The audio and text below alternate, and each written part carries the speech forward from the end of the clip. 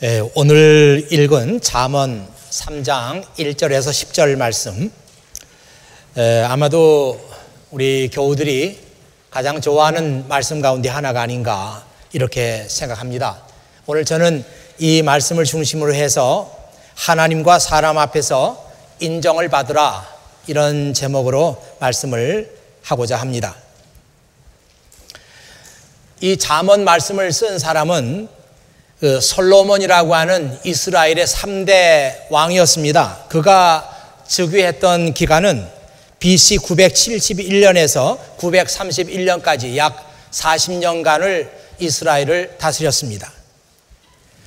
솔로몬은 여러 가지 면에 있어서 전무후무한 그런 사람이었어요. 하나님께서 그에게 특별한 지혜를 주셨다고 하는 점에서도 그는 전무후무합니다. 솔로몬과 같은 그런 지혜를 가진 사람은 그 전에도 없었고 그 후에도 나오지 않았습니다. 그의 지혜를 듣기 위해서 시바의 여왕이 그를 찾아왔다, 이런 그 성경 말씀도 있고, 또 성경에 보면은 솔로몬의 지혜는 동방의 그 어떤 사람의 지혜보다 컸고 모든 민족들이 솔로몬 왕의 지혜를 들으려고 몰려왔다, 이렇게 기록되어 있습니다. 솔로몬은 그 지혜를 가지고 백성들을 재판했어요. 그래서 그가 통치하는 나라에서는 잘못된 재판을 받아서 억울한 사람이 없었습니다. 그리고 솔로몬이 통치했을 때는 과거 어느 때보다도 영토가 넓었고 막강한 군사력을 가지고 있었습니다. 이웃 나라들은 다투어서 솔로몬에게 조공을 바쳤습니다. 그래서 솔로몬이 살아있는 동안에는 전쟁이 없었어요. 그리고 이스라엘은 아주 평화로운 그런 시대를 살게 되었습니다. 그는 지혜뿐만 아니라 시적인 영감이 있었습니다. 그래서 평생에 3,000개의 잠언을 썼다고 하고요. 그리고 1,005개의 그 찬양시를 썼다고 했고요. 그는 얼마나 박학한지 그 식물과 동물과 바다에 사는 생물까지 그는 모르는 것이 없었다고 그랬습니다. 그러나 그는 노년기에 가서 하나님을 멀리하게 되었고 우상 숭배에 빠지게 되었고 또 많은 아내들을 거느리게 돼서 사치와 향락에 빠지게 됐습니다. 그래서 그때 그가 그런 사치와 향락에 빠져서 노년 기간을 보내고 이것이 얼마나 잘못된 시간이었는가 하는 것을 그가 고백적으로 쓴 성경이 전도서 말씀이죠. 그래서 전도서에 보면은 헛되고 헛되며 헛되고 헛되니 모든 것이 헛되다. 하나님을 떠나 살았던 그 시간들이 내 인생에 있어서 헛된 시간이었다, 그렇게 고백하고 있습니다. 그리고 저는 생각하기를 그가 많은 잠언을 썼다고 하는데 그가 쓴 잠언 가운데는 그가 실수했던 그 기간 동안에 내가 이렇게 살아서는 안 된다고 하는 그런 고백과 함께 잠언을 쓴 것도 있다, 그렇게 생각하는 것입니다. 잠언은 영어 성경에는 Proverbs라고 나와 있어요. Proverbs라고 그 뒤에 S자를 붙이면은 그 성경에 나와 있는 솔로몬이 쓴 잠언, 이것을 가리킬 때는 Proverbs라고 S자를 붙이고요. 그냥 Proverb 그러면은 일반적으로 속담이 되겠습니다. 우리에게도 그 많은 속담이 있잖아요. 뭐 바늘 도둑이 소 도둑이 된다. 뭐 지렁이도 밟으면 꿈틀한다. 고래등 싸움에 새우등이 터진다. 곡식은 익을수록 고개를 숙인다. 뭐 공든 탑이 무너지랴. 뱁새가 황새를 따라가면은 가랭이가 찢어진다. 갈수록 태산이다. 티끌모아 태산이다. 개천에서 용이 난다. 이런 것들이 다 속담이에요. 이 속담은 누가 언제 시작했는지도 모르지만 그러나 오랜 시간을 겪어오면서 이 속담 가운데 인생을 살아가는 지혜가 들어 있는 것입니다. 이 솔로몬이 쓴 잠언은 이 잠언 속에 하나님을 신뢰하고 하나님을 믿었던 그 삶의 지혜가 그가 쓴 잠언 가운데 나와 있어요. 그래서 이 잠언에는 물론 그런 것 말고 일반적으로 그냥 일반적인 잠언도 일부 섞여 있지만 대부분의 많은 잠언들은 하나님을 섬기고 하나님을 예배하는 가운데 그가 얻어냈던 삶의 지혜, 이것을 그는 잠언으로 남겨놓았습니다. 저는 오늘 어버이 주일과 졸업 예배를 맞이해서 이 성경의 많은 그런 말씀 가운데서도 잠언 3장의 말씀을 선택했습니다. 왜냐하면 이 말씀 속에 이 부모가 자식에게 주고자 하는 간절한 그 말씀이 들어있다, 이렇게 보기 때문에 오늘 이 말씀을 가지고 여러분과 함께 은혜를 나누고자 하는 것입니다. 어머니의 마음이라는 거, 또 아버지의 마음이라는 거, 또 부모의 마음이라는 게 뭘까? 그런 생각을 해봤습니다. 언젠가 제가 그 신경숙이라는 사람이 쓴 엄마를 부탁해, 그런 글을 읽어봤는데 그 글 가운데 이런 토막이 있었어요. 단 하루만이라도 엄마와 같이 있을 수 있는 날이 우리에게 올까? 엄마를 이해하며 엄마의 얘기를 들으며 세월의 갈피 어딘가에 파묻혀 버렸을 엄마의 꿈을 위로하며 엄마와 함께 보낼 수 있는 시간이 내게 올까? 하루가 아니라 단 몇 시간만이라도 그런 시간이 주어진다면 나는 엄마에게 말할 테야 엄마가 한 모든 일들을, 그걸 해결할 수 있었던 엄마를, 아무도 기억해 주지 않는 엄마의 일생을 사랑한다고, 그리고 존경한다고. 제가 이 말씀을 읽으면서 여러분들은 그 화면 보면서 같이 이 말씀을 읽었잖아요. 그러면서 어떤 구절이 참 마음에 와 닿는지 모르지만 저에게는 그 세월의 갈피 어딘가에 파묻혀 버렸을 엄마의 꿈을 위로하며, 그런 구절이 특별히 마음에 와 닿습니다. 우리 엄마들에게도 꿈이 있어요. 그런데 우리 자녀들은 그 사실을 까맣게 모르고 엄마는 항상 자식을 위해서 존재하는 것처럼, 엄마에게는 꿈 같은 것도 없고 엄마는 자식을 위해서 존재하는 사람인 것처럼 그렇게 생각할 때가 얼마나 많은지 모릅니다. 그런데 엄마에게도 꿈이 있었어요.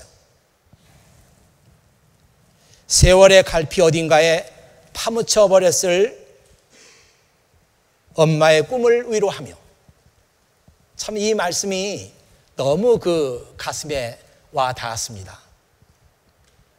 엄마는 그런 꿈이 있었지만 자식을 위해서 그 꿈을 다 내려놓았어요. 그리고 자식이 잘 되면 마치 자기 꿈이 이루어진 것처럼 그렇게 즐거워하고 그렇게 엄마는 살았습니다.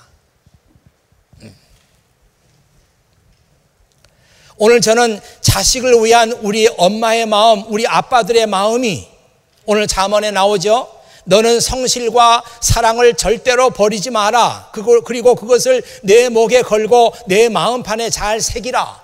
이 말씀 속에 나와 있다. 그렇게 생각합니다. 이 말씀이 개역성경에는 인자와 진리가 내게서 떠나지 말게 하고 그것을 내 목에 매며 내 마음판에 새기라. 이렇게 나와 있어요. 여러분 성경을 읽을 때 인자라는 말이 나오면은 그 말을 사랑이라는 말로 이렇게 바꾸어 놓아도 뜻이 잘 통합니다.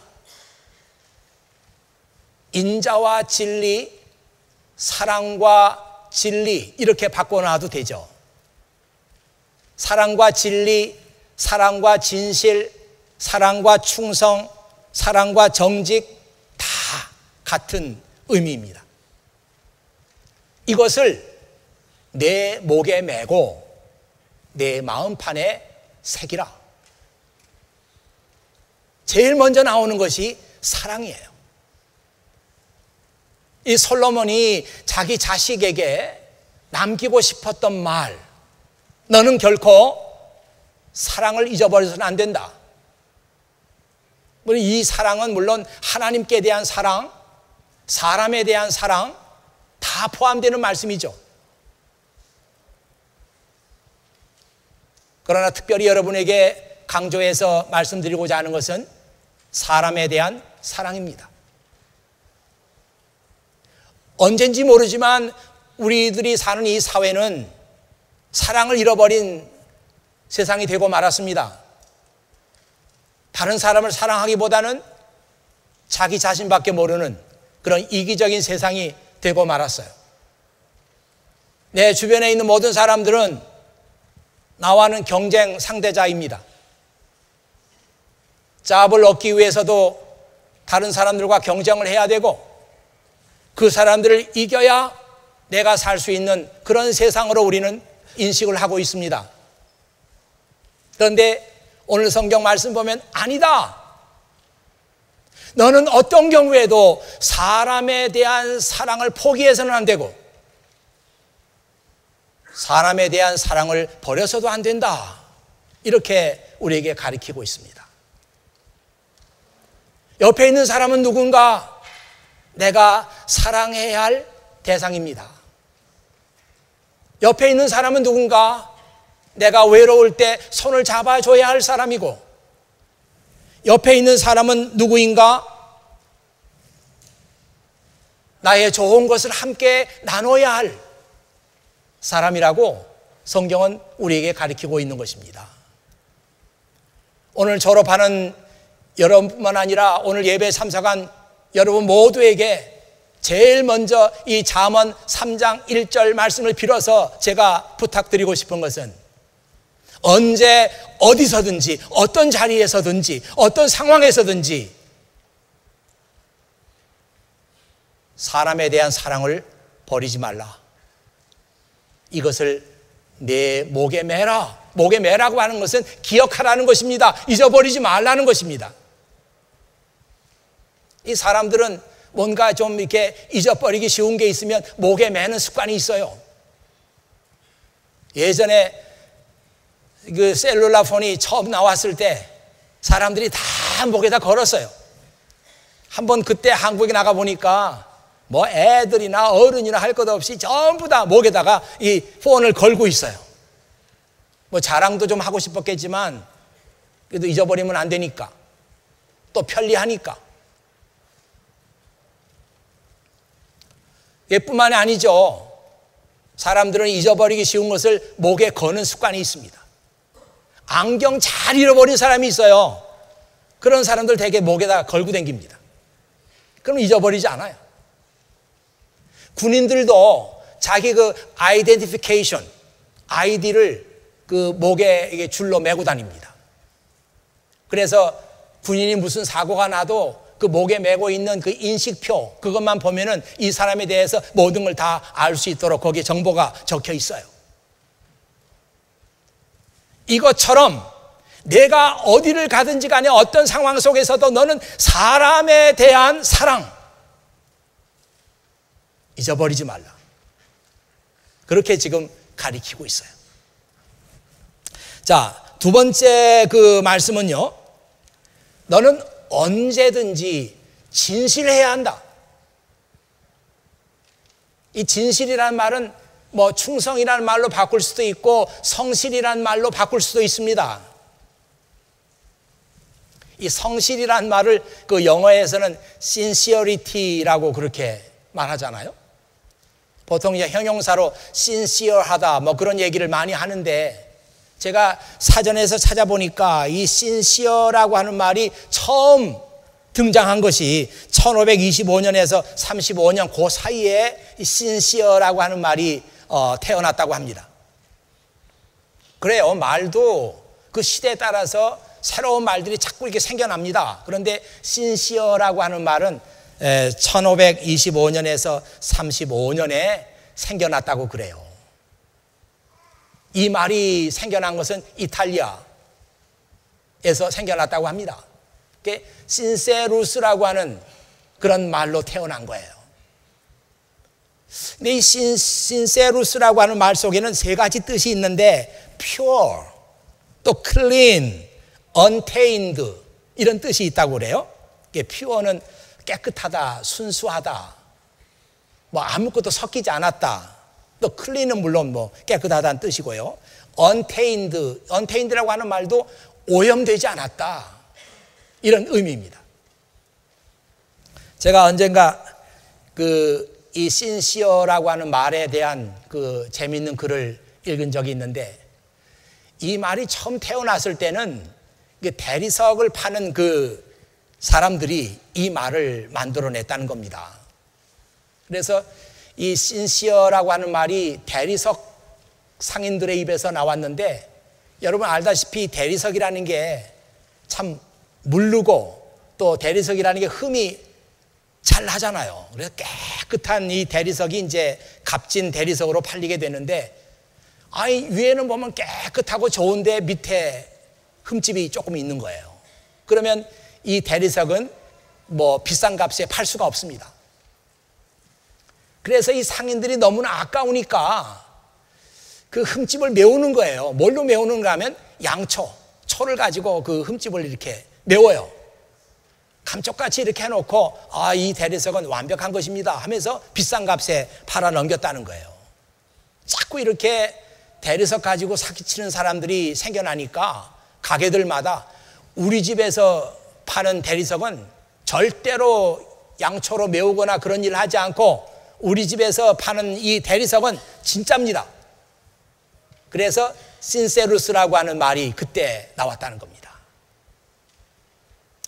저는 이런 생각 해봤어요. 이 시대가 얼마나 오염되고 이 시대가 얼마나 험한데 우리가 이 세상에 나가서 양초를 먹이지 않는 것처럼 정말 순수한 마음을 가지고 살 수가 있을까? 어쩌면 힘들 수도 있어요.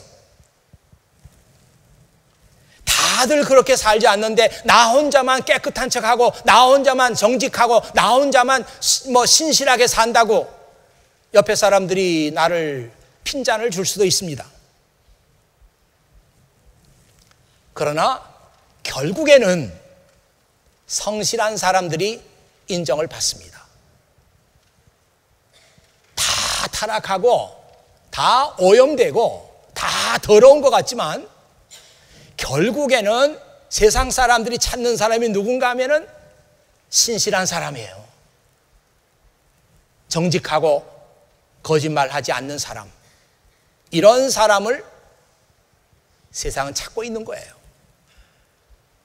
문제는 우리 크리스찬들이 세상에 나가서 성실하게 살지 않는 것이 문제입니다. 다른 사람이 부정을 저지를 때 우리 크리스찬들도 같이 부정을 저지르고 예수님의 말씀처럼 빛과 소금으로 살지 않는 것이 우리의 문제예요.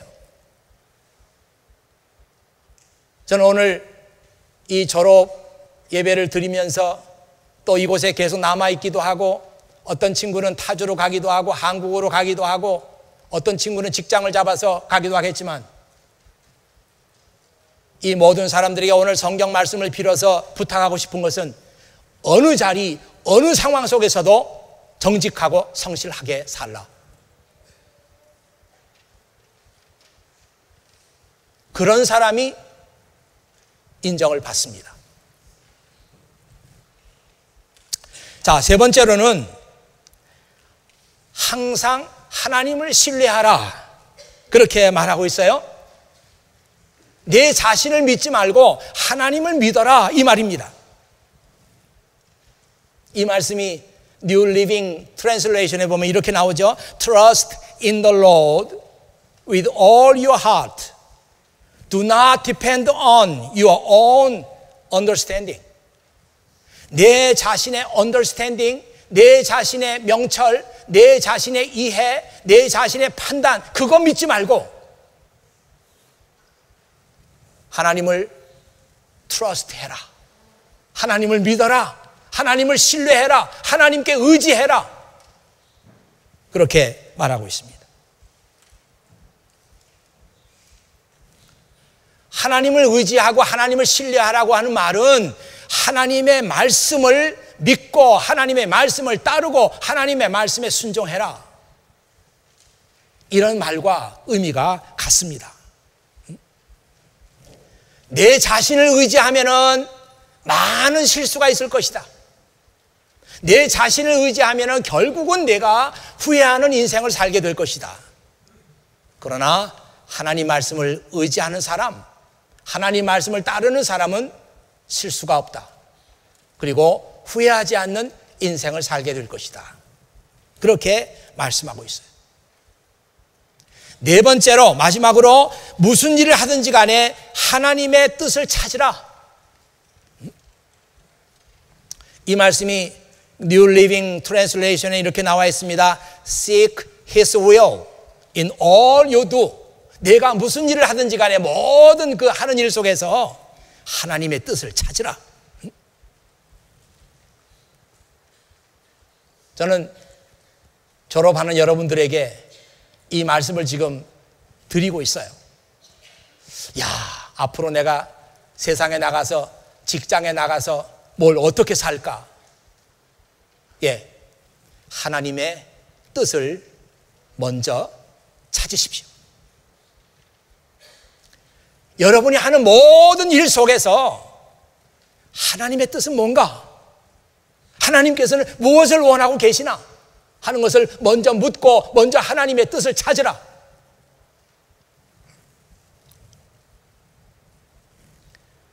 그러기 위해서는 우리가 성경을 읽지 않고는 하나님의 뜻을 알 수가 없어요. 하나님의 말씀 성경 늘 여러분이 가까이 두십시오.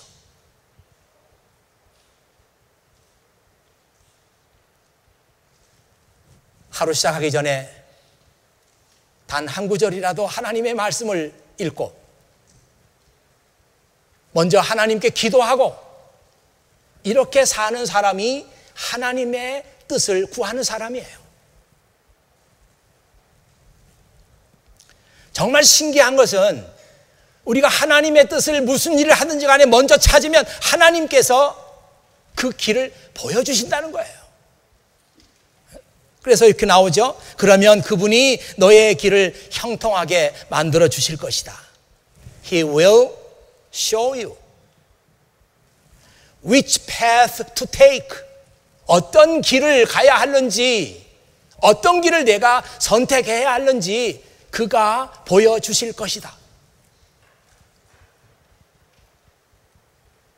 아마도 이 말씀은 이 솔로몬이 자기의 신앙 고백을 지금 하고 있는 거예요.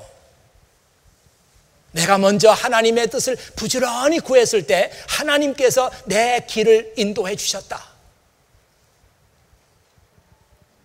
근데 여러분, 이 말씀을 한번 뒤집어서 반대로 생각해 보십시오. 내가 하나님을 멀리하고 하나님의 뜻을 구하지 않았을 때는 그가 아무 길도 나에게 보여주지 않았다. 솔로몬은 이 모든 걸 다 경험했어요. 젊었을 때 열심히 하나님의 뜻을 구했습니다. 하나님께서 그 길을 보여주셨어요. 그러니까 그가 형통했습니다. 노년이 돼서 우상숭배에 빠지고 하나님 멀리하고 하나님의 뜻을 구하지 않았어요. 그랬더니 아무것도 그에게 보여주지 않았어요. 얼뜻 볼 때는 내 마음대로 하고 내 판단대로 하는 게 좋지 않나? 이런 생각이 들 때가 있어요. 근데 사실은 그때는 하나님께서 아무것도 보여주지 않는 때입니다. 그래서 깜깜한 때예요. 길이 보이지 않는 때예요. 이 길이 맞겠지 했는데 길이 보이지 않는 데서 길을 찾을 수가 없습니다. 오늘 졸업하는 여러분들, 정말 이 말씀을 제대로 잘 읽어서 하나님의 뜻을 구하세요. 무슨 일을 하든지 간에 그럼 하나님께서 너에게 보여주신다.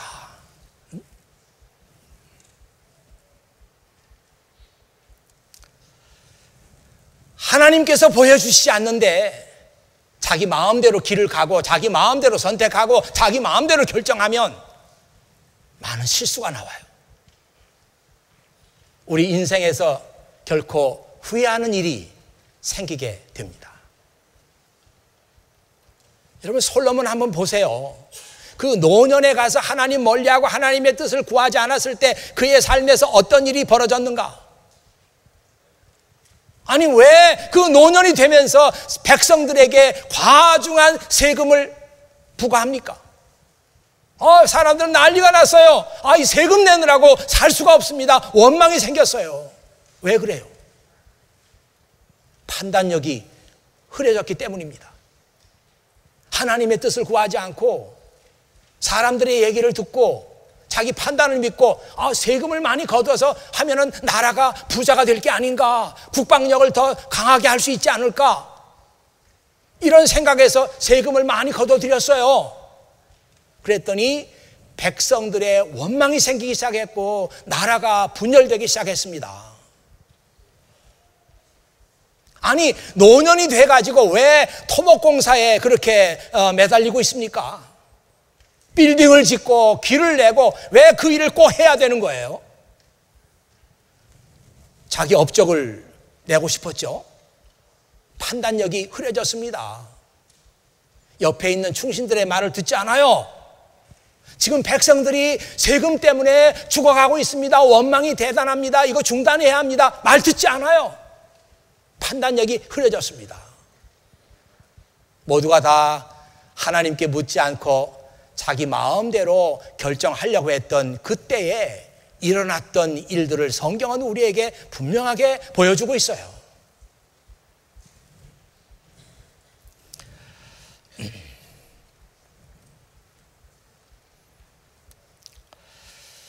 그가 이렇게 말합니다. 스스로 지혜로운 채 하지 말고 여호와를 경외하고 악한 일은 피하여라. 한번 여러분 화면 보세요. Don't be impressed with your own wisdom. 너 자신의 그 지혜, 내 자신의 지혜에 impressed 되지 말라. 야, 역시 나는 똑똑해. 이거 누가 만든 아이디어야? 내 거지, 내 거. 역시 나보다 똑똑한 사람은 없어. 그게 자기 생각, 자기 지혜에 스스로 임프레스드 된 사람의 얘기죠. 그러지 말라는 거예요. 그 대신 너는 언제나 하나님을 경외하고 하나님을 두려워해야 한다. 그리고 악한 일에서는 빨리 내가 돌아서야 한다. 그렇게 가르치고 있잖아요.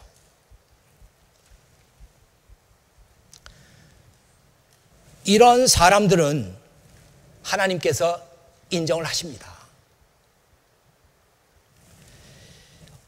사람이 어디 가서 사랑하고 성실하고 하나님을 신뢰하고 무슨 일이든지 하나님의 뜻을 먼저 찾고 그리고 스스로 지혜로운 척 하지 않고 하나님을 경외하고 이렇게 되면 우리는 어디 가서든지 인정을 받을 수 있어요. 하나님께도 인정을 받을 수 있고 사람들에게도 인정을 받을 수 있습니다. 다시 말씀드려요.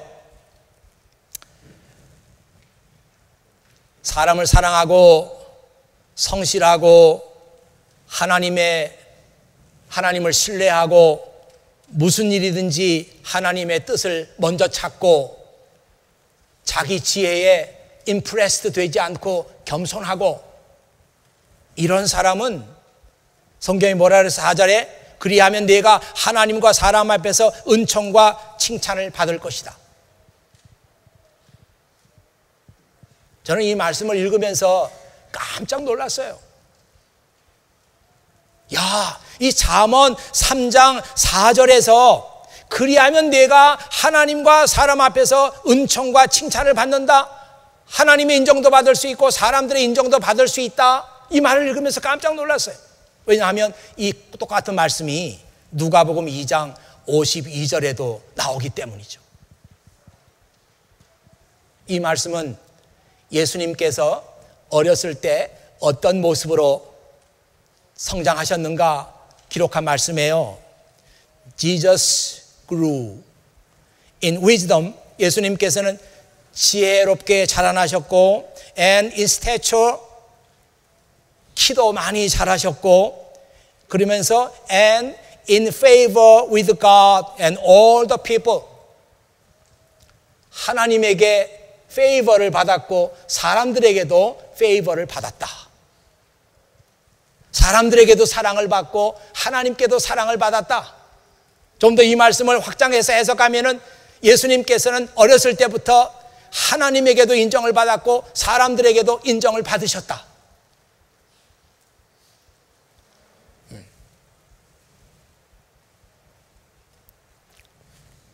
우리도 이렇게 살아야 됩니다.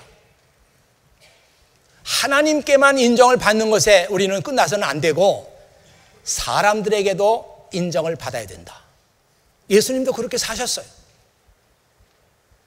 솔로몬도 그의 잠언에다가 하나님과 사람에게 인정을 받아라 이렇게 나와 있습니다. 지난 주일에 어떤 목사님을 만났는데, 죄송해요, 목사님들 얘기는 잘 안 하는 게 좋은데, 그분이 그냥 어떤 그 라스베가스에서 만났던 어떤 목사님을 막 자랑하는 거예요. 근데 사실은 제가 그분이 라스베가스에 있었던 글을 쓴 것을 제가 슬쩍 본 적이 있거든요. 근데 그 목사님이 차를 마시면서 내가 이번에 라스베가스에 갔었는데 거기서 아주 굉장한 목사님을 만났다고 그래요. 그래서 제가 그냥 모른 척 하면서 어떤 목사님인데요? 그랬더니 그 목사님은 그냥 밥만 먹었다 하면 길거리로 나간다는 거예요. 길거리로 나가서 그 라스베가스니까 그 이제 갬블링 하러 들어가는 사람들이 있잖아요. 갬블링 하는 사람들이 재미로 들어가는 사람도 있고 그냥 구경 삼아 들어가는 사람도 있고 전문 도박사도 있고 할 텐데 그 라스베가스에서 밥만 먹으면 나가서 그 갬블링 하러 들어가는 사람들이 전도를 한다는 거예요. 그래서 제가 모른 척 하면서 어떻게 전도하는데요? 그랬더니 예수 천당, 불신 지옥 그렇게 전도하죠. 그러는 거예요. 사실 저는 그런 분들이 밥만 먹으면 그 라스베가스 그 거리에 나가가지고 갬블링 하러 들어가는 사람에게 예수 천당, 예수 믿으면 천당 갑니다. 예수 안 믿으면 불신, 지옥 갑니다. 그런 그 전도하는 사람들 평가절하하고 왜 그렇게 하나 그럴 생각은 없어요. 중요한 것은 뭐냐 하면 지금 우리가 살고 있는 이 시대는 우리의 말보다는 우리의 행동이 중요한 때입니다.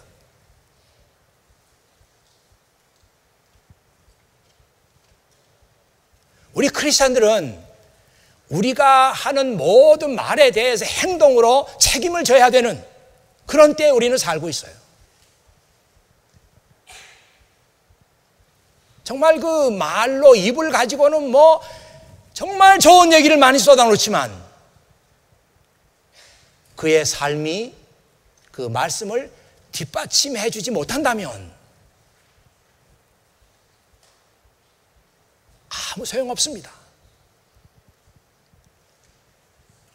여러분 졸업생들 이제 세상에 나가서 여러분들이 무슨 불신자를 만나가 전도를 한다든지 그게 중요한 게 아니라 더 중요한 것은 뭐냐 하면 여러분이 크리스찬으로서 책임 있는 삶을 살아가는 거예요.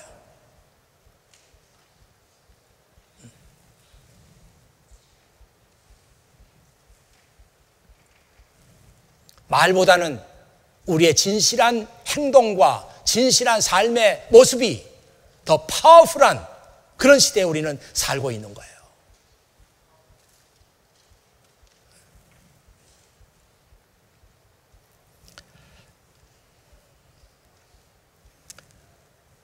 말로는 천국의 복음을 얘기하면서 뒤에서는 온갖 부정을 저지르는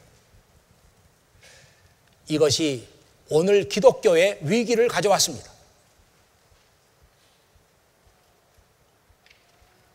우리 졸업생 여러분들은 이제 이 사회에 나가고 이 세상에 나가고 아니면 이 보스턴을 떠나서 타주로 갈 수도 있어요.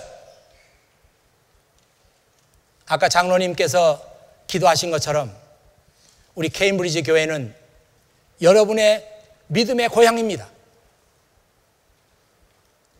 여기서 학창생활을 여러분 보내면서 함께 기도했고 함께 하나님 말씀을 공부했고 여기서 하나님을 섬기는 법을 배웠어요. 여기는 여러분의 믿음의 고향이에요. 힘들고 어려울 때 이 교회를 기억하세요.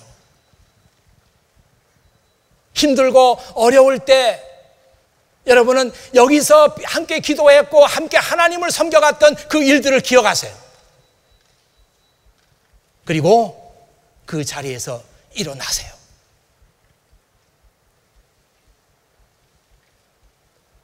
어디 가서든지 하나님께 인정받고 사람들에게도 인정받는 사람 되세요.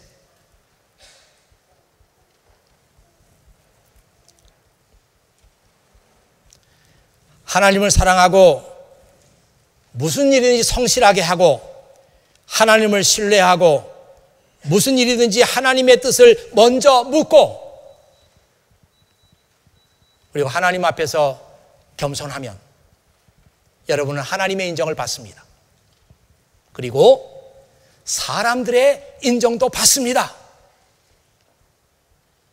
이게 아주 중요한 때에 우리는 지금 살고 있어요. 오늘 예배 참석하신 여러분들 또 졸업하는 여러분들 이 말씀을 여러분의 목에다 매세요. 목에다 거세요. 잊어버리지 마세요. 맞다. 하나님을 사랑해야 된다. 성실해야 된다. 하나님을 신뢰해야 된다. 무슨 일이든지 하나님의 뜻을 먼저 물어야 된다. 겸손해야 된다. 그러면 됩니다. 우리 주님도 하나님께 인정받고 사람들에게 인정받는 삶을 사셨어요. 우리도 그러면 됩니다. 바로 여러분들에게 이 교회의 미래가 달려있고 여러분들에게 조국의 미래가 달려있고 여러분들에게 인류의 미래가 달려있다. 이런 자부심을 가지고 어디 가서든지 하나님께 인정받고 사람들에게 인정받는 그런 삶을 사시는 여러분들이 되시기를 주의 이름으로 부탁드립니다. 기도하겠습니다. 아버지 하나님 감사합니다. 이날도 아버지 하나님께서 저희들에게 귀한 말씀을 허락해 주시고 특별히 오늘 졸업 예배를 맞이하고 어버이 주일을 맞이해서 우리 어버이 마음이 어떤 것인가 하는 것 생각했습니다. 어버이 마음은 우리 자식들이 잘 되는 것입니다. 하나님께 인정받고 사람들에게 인정받아서 훌륭하게 살아가는 것입니다. 이것이 어버이의 마음입니다. 아버지 하나님, 이 마음이 있었기에 오늘 저희들이 이 자리까지 존재하게 되었습니다. 어버이들 아버지 하나님께서 기억하시고 축복해 주시고 이제 그 사랑받고 그 기도받고 그 관심 받으며 자라난 우리 자녀들 졸업해서 어디를 가든지 간에 하나님께 인정받고 사람들에게 인정받는 자랑스러운 주님의 제자들이 다 되게 해 주시옵소서. 이 모든 말씀을 우리 구주 예수 그리스도의 이름으로 기도하옵나이다. 아멘.